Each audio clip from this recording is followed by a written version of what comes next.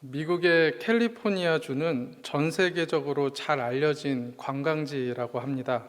제가 실제로 가보진 못했지만 캘리포니아에는 아름다운 해변을 끼고 있을 뿐더러 나무들이 울창한 숲, 그리고 바다같이 넓은 호수, 이런 자연 환경들을 갖추고 있다고 합니다. 그래서 캘리포니아주는 미국에서 가장 인구가 많은 주, 미국에서 가장 높은 소득이 있는 주, 미국에서 관광 산업이 가장 발달한 주, 이런 좋은 타이틀을 많이 가지고 있습니다. 그런데 반면에 캘리포니아 주에 좋지 않은 부정적인 타이틀이 하나 있는데, 그것은 세계에서 번개가 가장 많이 치는 주, 그리고 산불이 잦은 도시라는 타이틀입니다. 우리는 캘리포니아에서 발생하는 산불 소식을 심심치 않게 뉴스나 기사를 통해서 접할 수 있습니다. 산불이 난 뉴스를 들어보면 재산 손실이나 그리고 인명 피해, 이런 것들에 집중적으로 보도를 하죠. 산불이 나는 것은 굉장히 위험하고 또 여러 가지 측면에서 부정적인 결과들을 초래하기도 합니다. 그런데 인위적인 산불이 아니라 자연 발생적인 산불이 오히려 건강한 숲을 만든다는 사실을 여러분들은 알고 계십니까? 숲에서 자라는 나무의 숫자가 포화 상태에 이르게 되면 그 지역의 토질이나 기후에 적합한 나무들만 자란다고 합니다. 땅의 양분이나 빛과 수분이 특정 나무들에게만 쏠리다 보니 상대적으로 약한 식물들은 다 사라지게 된다고 합니다.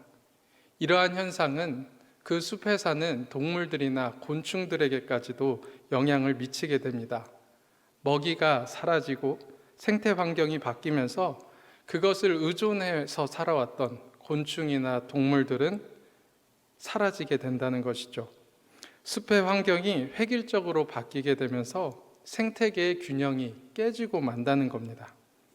그래서 캘리포니아의 산불은 나무들의 성장을 돕고 생물학적 다양성도 풍부해져서 건강한 숲을 만드는데 오히려 좋은 영향을 준다고 합니다. 이것을 산불의 역설, 산불의 역설이라고 부릅니다. 이처럼 자연이 보여주듯 우리의 눈에는 부정적으로 보이지만 그 너머에 하나님의 오묘하고 신비로운 일하심이 숨겨져 있습니다. 우리의 삶 가운데에도 이런 것들이 보이지 않게 감추어져 있습니다. 단순히 눈에 보이는 것만 보는 것이 아니라 그 뒤에 감추어져 있는 것을 기대하고 소망하고 볼 수 있는 것, 우리는 그것을 믿음이라고 부릅니다. 믿음이란 보이지 않는 것을 보는 것이라고 설명할 수 있습니다.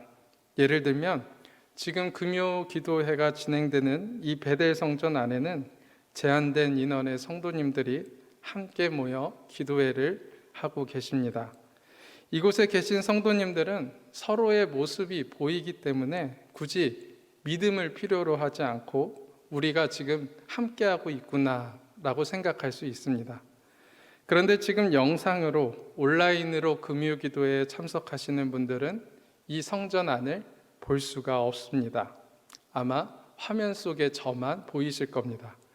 그래서 이곳에 성도님들이 함께 모여서 금요 기도회를 드리고 있다는 말을 믿기 위해서는 믿음이 필요한 겁니다. 왜냐하면 보이지 않기 때문이죠. 이렇게 다 알고 있는 믿음을 왜 그렇게 장황하게 설명을 하냐면요, 이 믿음이 머리로는 쉽게 이해할 수 있지만 이 믿음을 가지고 살아가는 것은 참 어렵기 때문입니다. 다시 말해 그리스도인들에게 믿음은 몇 번을 강조할 만큼 반드시 필요한 것이고, 그 믿음에 대해서는 우리가 설교를 통해서, 성경을 통해서, 간증을 통해서, 기도를 통해서 너무나 많이 듣고 잘 알고 있지만 결국 믿음의 삶을 살기란 너무도 어렵다는 겁니다.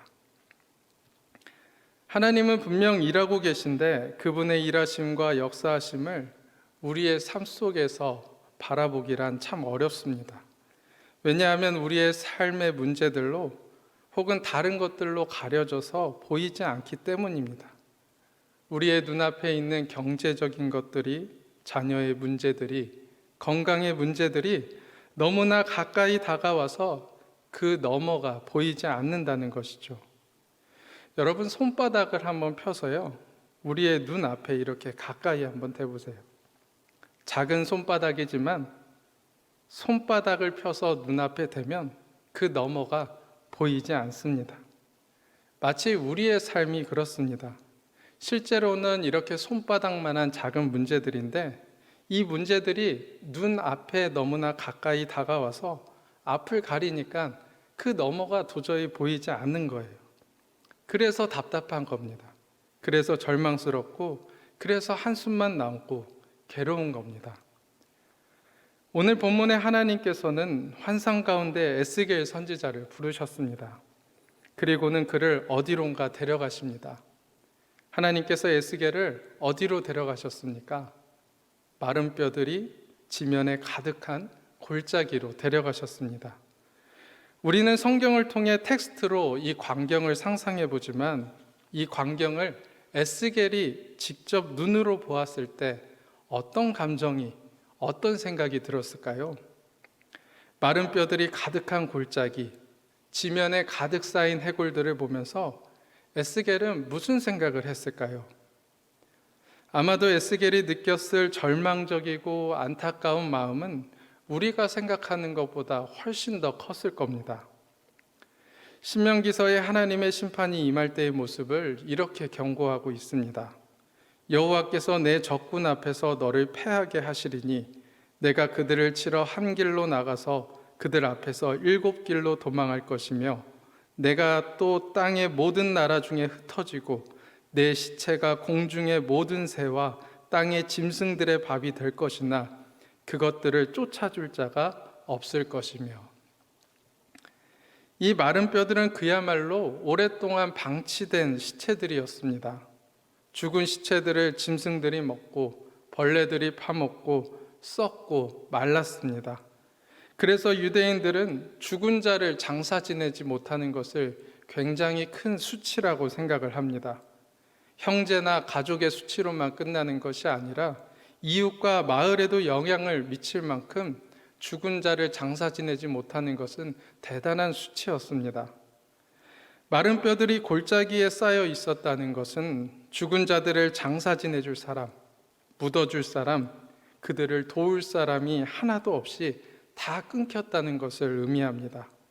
절망적인 상황, 비극 그 자체입니다. 실제로 유다 왕국의 상황이 이랬습니다. 유다의 왕 여호와기는 왕위에 오른 지 불과 3개월 만에 바벨론의 포로로 끌려갔습니다. 혼자 바벨론의 포로로 끌려간 것이 아니라 왕의 가족들, 신하들, 귀족들, 용사들, 장인들, 나라의 지도자들이 함께 끌려갔습니다. 에스겔 선지자도 끌려간 사람 중에 한 사람이었습니다. 바벨론의 포로로 끌려가기 전 그들은 자신들을 도울 자를 찾아 나섰습니다. 의지할 수 있고 보호받을 수 있는 사람을 찾아 나섰죠. 그래서 애굽의 줄을 서야 할지 바벨론의 줄을 서야 할지 강대국들 사이에서 갈팡질팡하다가 결국 이 지경에 이르고 말았습니다. 마치 지면에 널린 마른 뼈들처럼 그들은 죽어서도 그들이 의지했던 나라들의 도움을 받지 못한 채 방치되고 말았습니다. 여기서 이스라엘의 문제가 무엇이었습니까? 하나님께서는 두 가지 잘못을 꼬집어 말하셨습니다. 예레미야 2장 13절을 보면 하나님께서는 내 백성이 두 가지 악을 행하였다라고 말합니다. 첫 번째는 생수의 근원이 되는 나를 버린 것, 두 번째는 스스로 웅덩이를 판 것인데 그 물을 저장하지 못할 터진 웅덩이니라 라고 말씀하셨습니다. 이스라엘은 교만했습니다. 하나님을 의지하지 않았습니다. 하나님께서 선지자들을 통하여 그렇게 말씀하셨는데도 듣지 않았습니다. 평안하다. 우리에게 하나님의 심판이 임하지 않을 것이다. 그렇게 말하는 거짓 선지자들의 말을 따르고 오히려 경고와 회개를 말하는 선지자들에게 우리가 듣고 싶은 말을 하라고 강요했습니다. 이스라엘은 하나님을 잊었습니다. 하나님을 찾지 않았습니다. 이것이 하나님을 버린 이스라엘의 모습이었습니다. 두 번째는 스스로 웅덩이를 팠습니다. 자신의 힘으로, 자신의 생각으로 문제를 해결하고자 내린 결론이 결국 뭐였습니까? 강대국들을 의지하는 것이었습니다. 애굽의 편에 서야 할지 바벨론의 편에 서야 할지 갈팡질팡했습니다. 그렇게 머리를 싸매고 웅덩이를 팠는데 그 웅덩이는 물을 담지 못하는 터진 웅덩이에 불과했습니다. 이번에 탈레반이 아프가니스탄을 장악했다는 뉴스를 들으셨을 겁니다. 미국이 아프가니스탄을 떠났습니다. 미군이 철수한 이유가 무엇이었습니까? 미국의 대통령은 자국의 이익이 가장 중요하다고 말했습니다. 더 이상 국익 없는 전쟁은 일어나지 않을 것이다라고 말했습니다. 여러분, 미국만 그럴까요? 역사를 봐도 그렇고 우리 자신을 봐도 그렇고 사람은 가장 먼저 나에게 이 일이 이익이 되느냐, 그렇지 않느냐를 따져 묻습니다. 인간관계에서도 마찬가지입니다. 자신에게 이익이 되지 않으면 한순간에 뒤돌아서는 것이 우리 인간의 모습입니다. 그래서 인간은 결코 믿음의 대상이 될 수 없습니다. 자기에게 이익이 되지 않으면 언제든지 변하기 때문입니다. 그래서 지혜로운 사람은 변하지 않는 것, 영원한 것을 의지하는 사람입니다. 하나님께서는 에스겔을 마른 뼈들이 가득한 골짜기로 이끄시는 이유가 단지 잘못에 대한 결과로서 절망감을 주기 위해서, 안타까움과 괴로움을 느끼기 위해서가 아니었습니다. 예레미야 29장 11절 말씀에서 하나님께서는 이렇게 말씀하셨습니다. 여호와의 말씀이니라. 너희를 향한 나의 생각을 안 하니 평안이요 재앙이 아니니라. 너희에게 미래와 희망을 주는 것이니라. 하나님은 달랐습니다. 하나님께서 하나님의 백성들에게, 하나님의 자녀들에게 고난을 주실 때는 단순히 그 고난 속에서 고통을 느끼라고, 이를 갈며 후회를 하고 고통 속에서 슬피 울게 하시기 목적이 아닙니다. 그 고난 속에서, 그 재앙 속에서 하나님께서 숨겨놓으신 계획과 소망을 바라보게 하는 것이 하나님의 목적이었습니다. 신약시대도 마찬가지였습니다. 로마 제국의 탄압과 율법주의자들의 정죄 속에서 하루하루를 고통스럽게 살아가는 하나님의 백성들에게 하나님은 그 아들 예수 그리스도를 메시아로 보내주셨습니다. 그 이유에 대해서 요한복음 3장 17절은 이렇게 말합니다. 하나님이 그 아들을 세상에 보내신 것은 세상을 심판하려 하심이 아니요 그로 말미암아 세상이 구원을 받게 하려 하심이라. 하나님께서는 멸망시키고 정죄하고 심판하기 위함이 아니라 절망적이고 울부짖는 그 고난 뒤에 구원이라는 하나님의 놀라운 계획과 뜻을 숨겨 놓으셨습니다. 에스겔이 본 마른 뼈가 어떻게 되었습니까? 생기가 들어가 살아나고 군대가 되었습니다. 에스겔의 머리로는 이해하지도 상상하지도 못할 일이 벌어졌습니다. 마른 뼈에 힘줄이 생기고 살이 붙고 가죽이 덮이고 그냥 살아난 것으로 끝나는 것이 아니라 그 마른 뼈들이 이제는 세상을 향해 싸울 군대가 되었습니다. 하나님은 우리의 생각과 우리의 한계를 뛰어넘어 일하십니다. 어떻게 이 일이 가능했을까요? 어떻게 불가능한 이 일이 가능케 되었을까요? 그 이유는 에스겔이 제사장이었기 때문이 아닙니다. 에스겔이 하나님을 잘 믿어서가 아니었습니다. 에스겔에게 탁월한 능력이 있어서가 아니었습니다. 그 비결은 하나님의 말씀이었습니다. 너는 이 모든 뼈들에게 대언하여라. 너는 생기를 향하여 대언하여라. 에스겔이 하나님의 말씀을 선포하자 그때에, 말씀이 들어간 그때에 마른 뼈들이 살아났습니다.